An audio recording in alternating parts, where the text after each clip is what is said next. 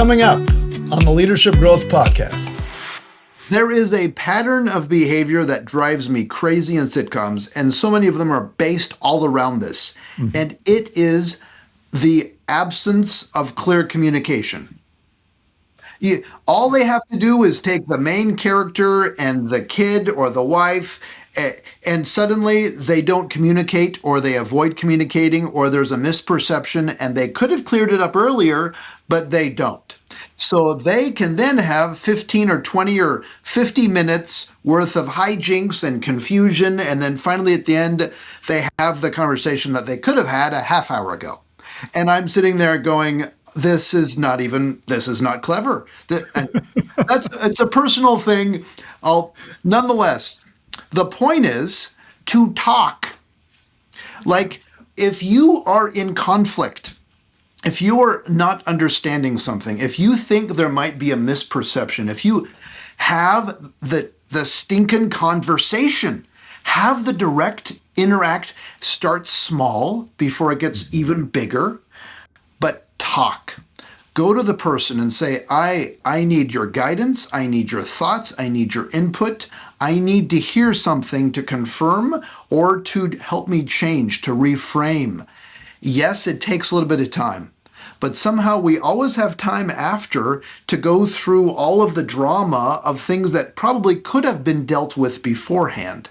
Now, we're busy, I get it. However, how do we talk?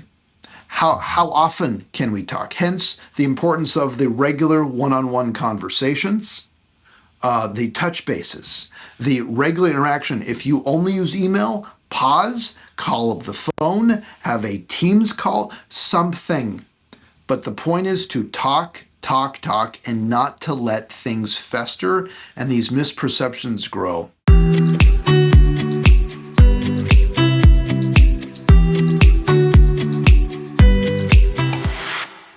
Hey everyone, welcome to the Leadership Growth Podcast, where we talk about tools and ideas to help you grow your leadership ability. I'm your host, Daniel Stewart, joined with my brother, Peter Stewart, and we will be your guides today as we dive into another great episode, especially today as we talk through managing conflict, really navigating conflict as a leader.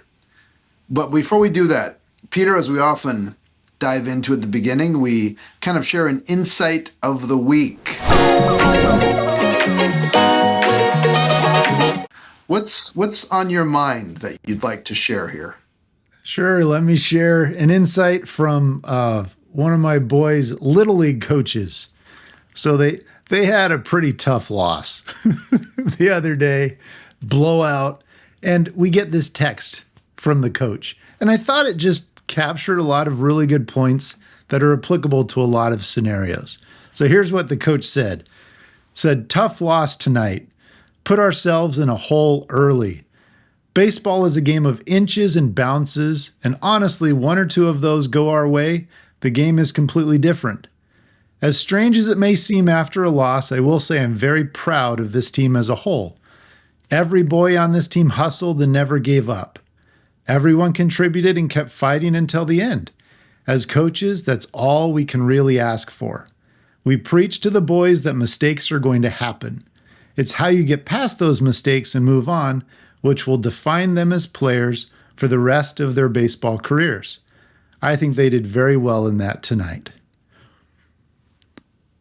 So I thought, here it is, tough loss. Yeah. Boys played hard, but the coach was trying to put things into perspective. They put forth good effort, they hustled, they tried. Can they learn from these mistakes? And it's a learning opportunity for the next game. Yeah. That's a touching and well described little message, and we'll touch upon this learning opportunity later, because that's such a great theme in general. And it just reminds me of, what is it? Baseball Hall of Fame. If you get above 300, then you're amazing, and that essentially means you strike out. You are unable to be successful 2/3 of the time. And when you start thinking about it like that, I mean, in some ways that's pathetic. However, That's reality. And for people who can go from 200 to 300, that's beginning to be signs of greatness. Oh, it's huge. Ted Williams, of longtime baseball amazing player, record for batting average in a season, he was over 400. Last But one to do still, that. 60% of the time, he wasn't getting on base or getting a hit. Yeah. Yeah. And that's what's interesting, I think, in baseball, and there are other sports that way as well. It's a spotlight sport, meaning the action is focused on a single player at a time. It's on that batter. And so how do you perform when all eyes are on you? Recognizing there's going to be a lot of very public failure. And so there's lessons to be learned. There are scenarios in the professional world where it's a spotlight. Yeah. Everyone's eyes are on you. Not every hit is going to be a home run. And there are times you swing and miss. It also reminds me, I was just meeting with an executive leadership team earlier this week, and we were talking about decision-making traps. And one of those traps is the recency effect. Oh, yeah. And that recency effect can be so powerful. And when you think about having very high expectations for somebody on your team, which, yes, that's what we preach, we want to have that. The challenge is giving some grace, some guidance, some space for learning, because not everyone is going to hit it out of the park every single time, to continue the baseball metaphor. And yet, the most recent experience can often anchor us so much. And that's how we view that person. Instead of sitting back and saying, wait a minute, let's look at the bigger context. Let's look at the bigger performance. That previous was a blip, or it was a learning experience. Let's keep going. Now, if it turns into a pattern, that's different. But let's allow people the chance to strike out. Let's allow them a chance to try to get on base, and then for them to keep learning and growing, as long as there's some level of progress in that effort. Yeah, you keep trying, you learn from the mistakes.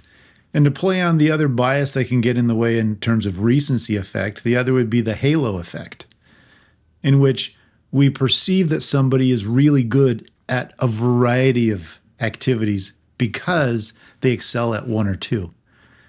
And so it can cloud our judgment and assumptions of how they're going to do. And so we don't get into that critical eye and really see how their performance is. Right. And so there's that constant being able to reflect on our assumptions, say, are we really seeing things clearly? And looking at it from that development mindset, that growth mindset. Yep. And that's a fantastic segue onto the main topic here today, navigating conflict. How do we view conflict accurately? What do we do with it? How much of it do we encourage? How much of it is too much?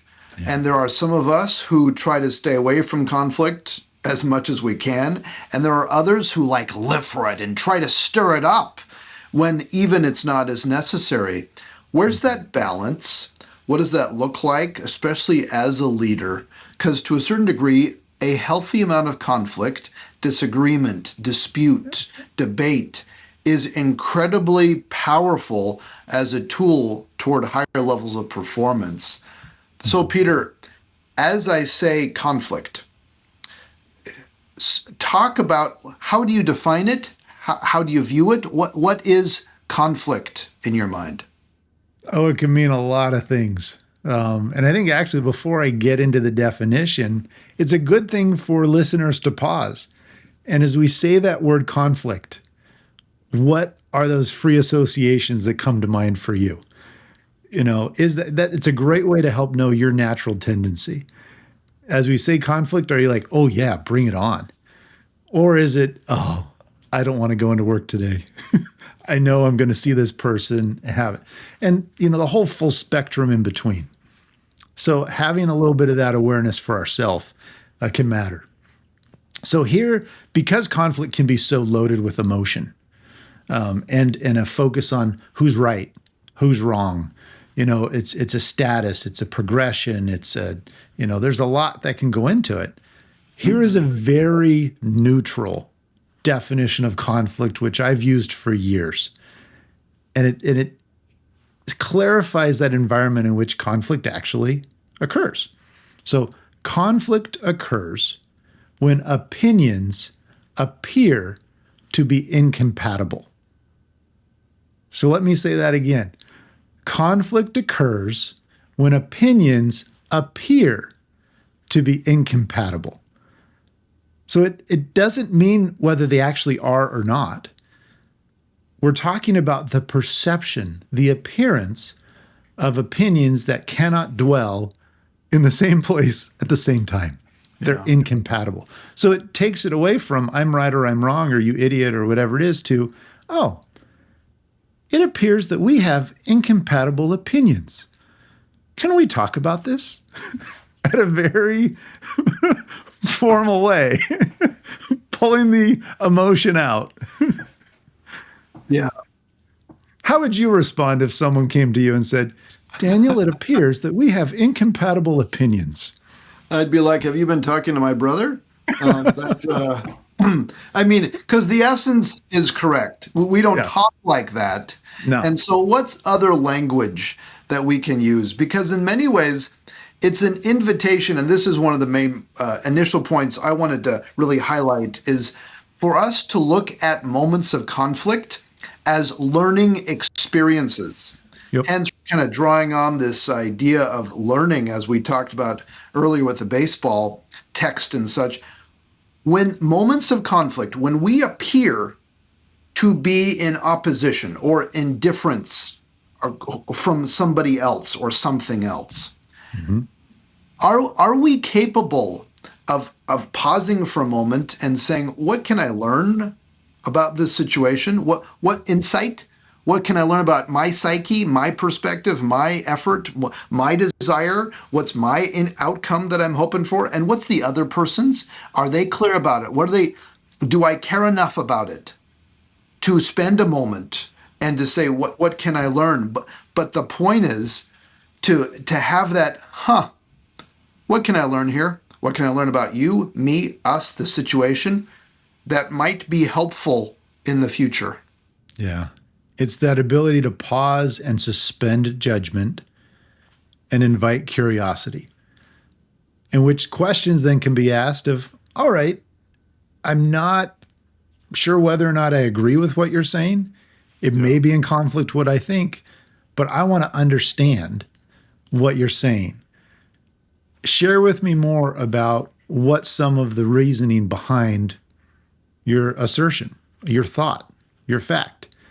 I had one CEO who would use the phrase, coming from more of a technical world, let me come and swim in your data lake. I want to know what's the pool of information that you are basing your conclusion off of. Will you let me in? So let's stay with this, because this is another key theme, not only learning, but it's coupled closely with a willingness to listen to the other person. That can be dang hard in the moment when you're emotionally triggered and or you believe you are right, the other person is off their rocker, they're nuts, whatever it is, as emotions can quickly escalate.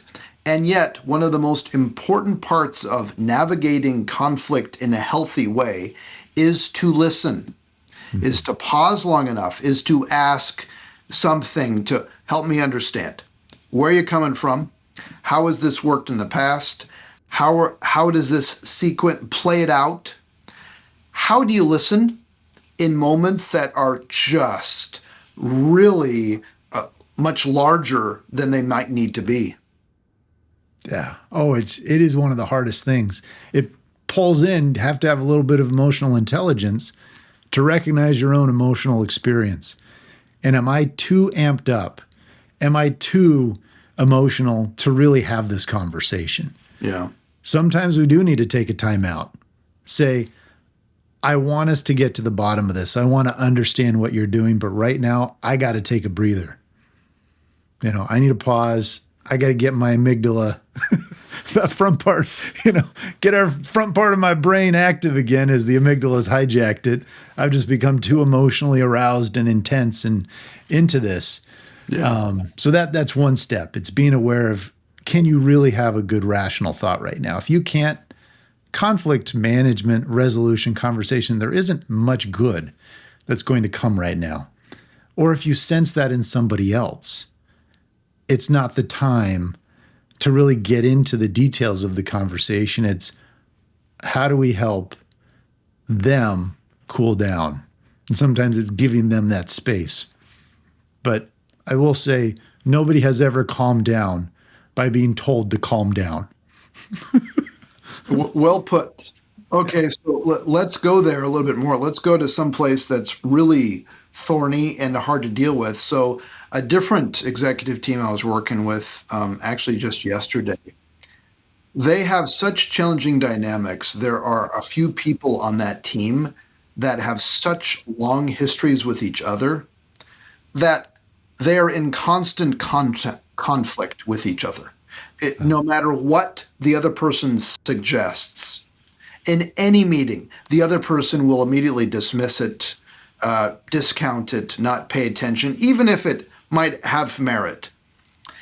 How do you deal with that? Or are we just at an impasse?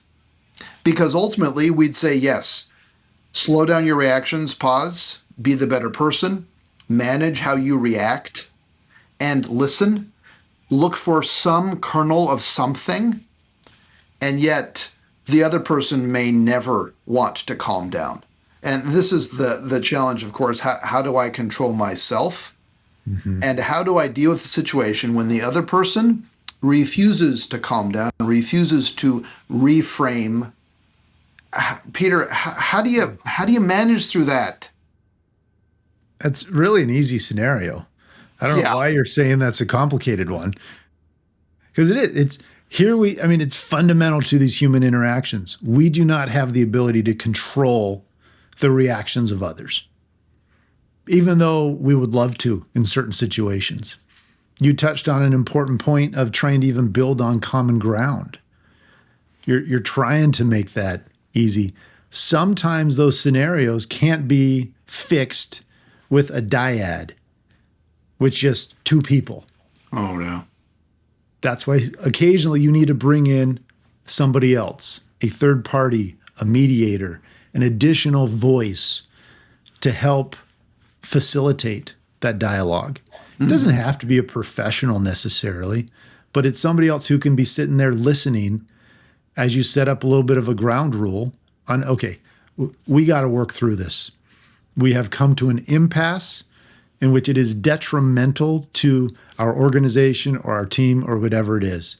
If we both want to coexist here, we got to figure out a path forward. And it doesn't sound like we can figure it out on our own. So we're bringing in somebody else to help us get there. So there's that mediator route. It's looking at base assumptions, seeing what there's commonality. Yeah. What about this other idea, another main point here, which is to clarify acceptable behavior and clarifying unacceptable behavior? Mm-hmm. In some ways, that's expectation management. And there might be some ability to do that peer-to-peer. Boss to direct report might be a little easier in some way because there's more of an authority that one can leverage. Direct report up to their manager, managing up, can be especially challenging. Yeah. The idea of clarifying behavior, well, how might that look? Because that's really important. And you can clarify yourself to look at the mirror and say, these are the behaviors that I will allow myself to do when I'm in a state of conflict. And these are the behaviors that are no longer consistent with my values. And that's where sometimes the danger is your own personal values can get thrown out the window when you are in the height of emotional conflict. And the key is to be able to then reflect and say, wait a minute, who am I? Yeah. What do I truly value? So that I can look at myself in the mirror later and still have some level of respect and consistency about how I want to behave. So how do you then clarify these behavioral expectations? What's acceptable, what's not during conflict? I mean, you just highlighted some really important steps there for an individual to do, to take that look inside. What are the values? What are those things I'm not going to compromise? Because that says a lot. But then back to your question, well, how do you set that up? How do you communicate it? Hopefully you're setting this up at a time in which it is not a period of emotional, intense arousal, in which you've already level set these conversations, expectations. How do we treat each other? What are the values that we're bringing in to these conversations? How do we propose to work through conflict as it comes? So you've prepared for it. In fact, you know conflict will happen. So it's not a surprise. Why? Because you're building trust in a team, and that sets the stage so you can actually have good, productive, healthy debate and conflict. Yeah. And so now, if you haven't set it up ahead of time, that's really where it's looking at having that. When can we be actually level-headed enough to begin to talk through? And what is the objective here and now for this? What are we trying to get at here? And then let's knock that down a couple levels because we may not get there. And it's those incremental gains. What else would you add? Well, you're reminding me of the importance of a team charter. One of those team charter elements is to create and identify the norms or the behaviors that are expected on a team. That's part of that conversation to say, okay, during good times, during bad times, during uncertain times, these are the behaviors that we will aspire to. This is what we will shoot for. This is what we should expect from each other on this team. The ideal, of course, is to do that ahead of time. Will it always be followed? Not necessarily, but it's aspirational. We have something to come back to and say, what did we just learn? How can we keep aspiring to this? How can we keep improving? And it's a key point, especially to consider as you do a team charter. When we're in moments of stress and conflict, how do we expect that we show up? Yeah. What can we do to help each other be able to do that? Because on our own, we might more easily just kind of fail on some of those behaviors. But to have some sort of standards, expectations ahead of time, and for all of us to agree to it, critical to help. And then I would also add, we all show up in stress a little differently. And to be very honest with ourselves, for some of us, we become increasingly more analytical. And we dive deeper into the numbers. And we use that as kind of a crutch because we don't want to then assert our own opinion. Yeah. Others, we take things really, really personal. And we then take it all on ourselves and immediately assume that people are out to get us, though they don't like us somehow. And others, we withdraw out of the situation, the conversation completely, and we avoid. And we say, nope, it's not me. All of those are behaviors that we need to be aware of what we do as well so that we know how to manage that. Yeah, please. I'd add a fourth to it, and those are the ones that acquiesce. They just, it's not that they're removing themselves necessarily, they're just going to agree to everything. Right. I'm just going to accommodate whatever's needed, whatever happens. So it's recognizing how are those coming across. And to your point of building that team charter ahead of time, clarifying those ground rules for when conflict happens, it helps to get the conflict before it's festered too much, before the roots have gotten too deep. Going back to, we could use the firefighting analogy, the 1 alarm, 2 alarm, 3 alarm, 4 alarm fire. How do we get conflict before it's hit that 4 alarm state so that we're able to see it and to look at it and to recognize when it is? It's much easier to deal with it when it's relatively small. Yeah. Before it's turned into a huge thing. Because then over time, it just escalates and rolls over. So this actually reminds me, Daniel, I know you love sitcoms. Why? And I say this facetiously. These drive you nuts. What is it about sitcoms that just? Why do you just hate them? So I'll be clear. Sometimes they're okay, but Yeah. there is a pattern of behavior that drives me crazy in sitcoms, and so many of them are based all around this. Mhm. And it is the absence of clear communication.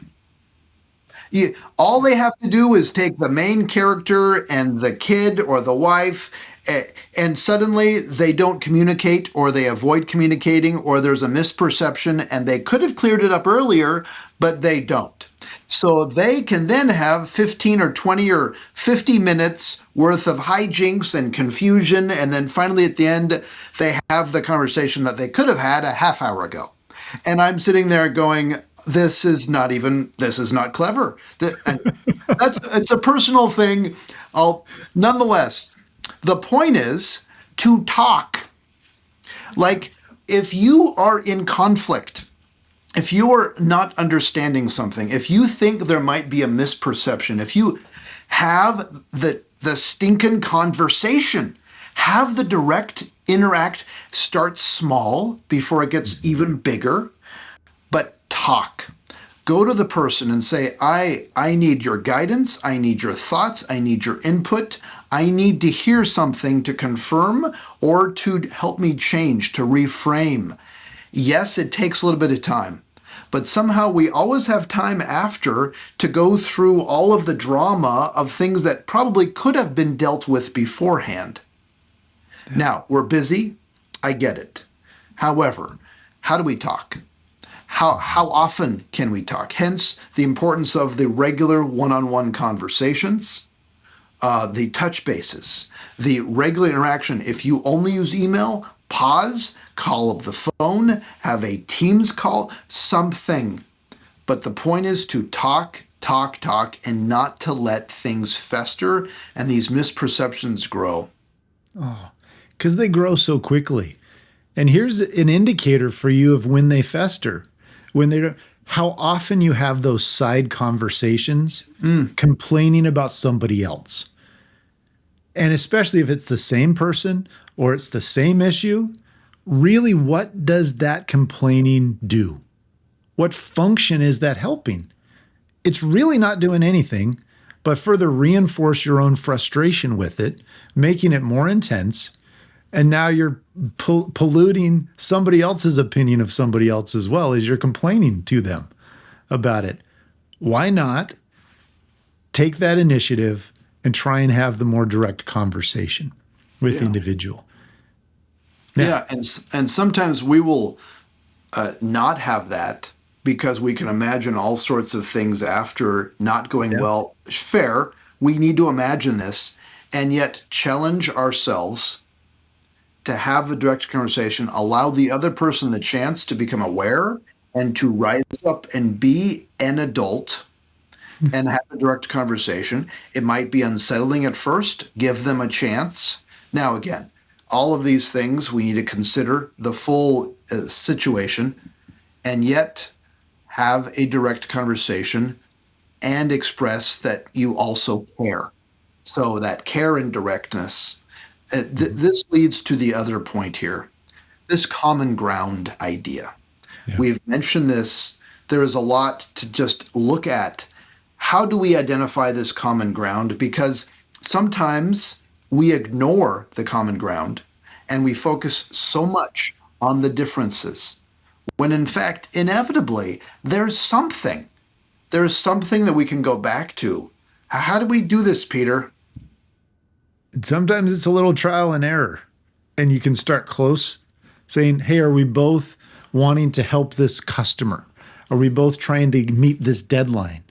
Are we both trying to at least help this organization still exist? Are we both trying to at least provide for loved ones or whatever it might be? Sometimes you really have to pull back and go just completely foundational as you've taken a few shots at trying to find some that are in closer proximity to actually what you're doing. But it's seeking for that, is trying to find it. And you can guess, but you can also ask. ask the question of, why is this so important to you? Yeah. When you ask that question, it's like, I hear your passion around this. Sounds like we don't necessarily agree. Can you share with me why this hits you so strongly? What is it about that? Odds are, in that explanation, you can look for some area to connect on. Yeah. And this why, you're making me think, an executive I worked with several years ago, I was pushing him in a coaching situation. I was pushing him to understand why he viewed the situation the way he did. And so I asked him why, and he gave me an answer, and I sat back and I said, why? Why else? And he was like, okay. And he gave me another reason.